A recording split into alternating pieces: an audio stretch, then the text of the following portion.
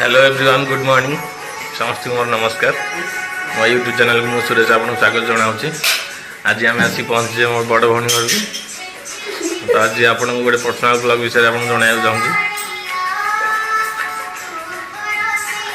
आपण मानकर सपोर्ट भल पाया कोऑपरेटिव सकाशे मोर आज सब्सक्राइब 1K पर्यटन पहुँची and watch time 4000 watch time viewers complete सरी मंडेसन पे अप्लाई करछि। आपण भल पाए सेमती रही थाउ। गुगु माँ झील खाऊँगी आमर कौन खाऊँगी तो मोर वाइफ आप देखी तो आमर बहुत स्टोरी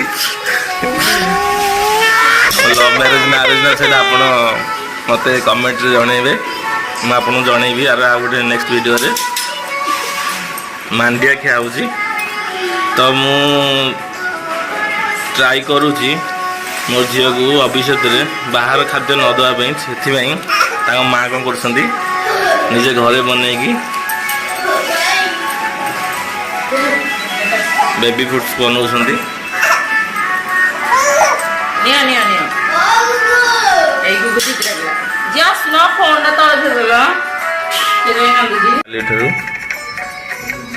झील गुगु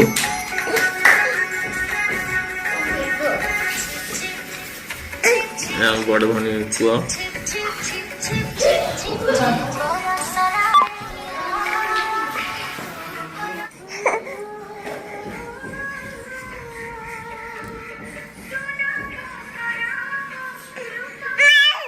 झील आसी पहाड़ को पीसीआर को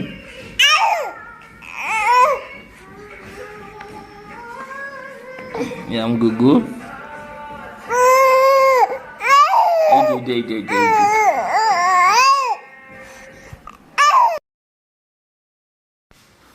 गुरुवार माणवसा पिठा पिठी होची मो वाइफ बरा चप चकुली इडली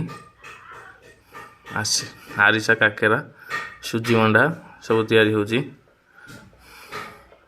देखो पूरा प्योर बरा जोटा कि प्योर बरा एंड चप जोटा आलू चप कहते। देखो आपण मैंने भी घरे केतले बन तो दुकान रू खाइबा निजे घरे तैयारी करी खाइबा तो सेटा पुनी डिफरेंट।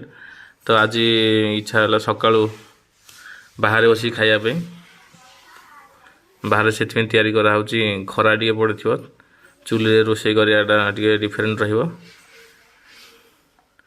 ये आम बड़ भौणी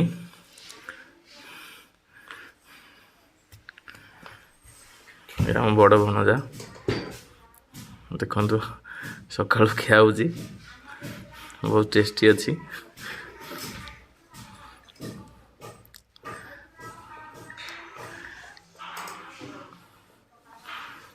बहुत खुशी लगुच बड़ भौणी आसिक पिठा तैयारी चली पिठा आम बना सरीगला बर्तमान खाइबा।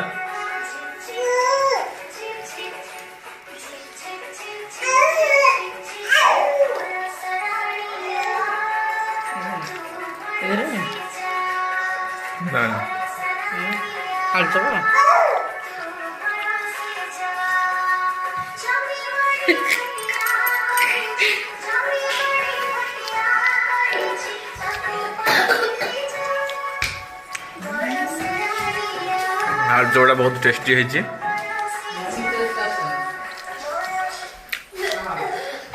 मो वाइफ बन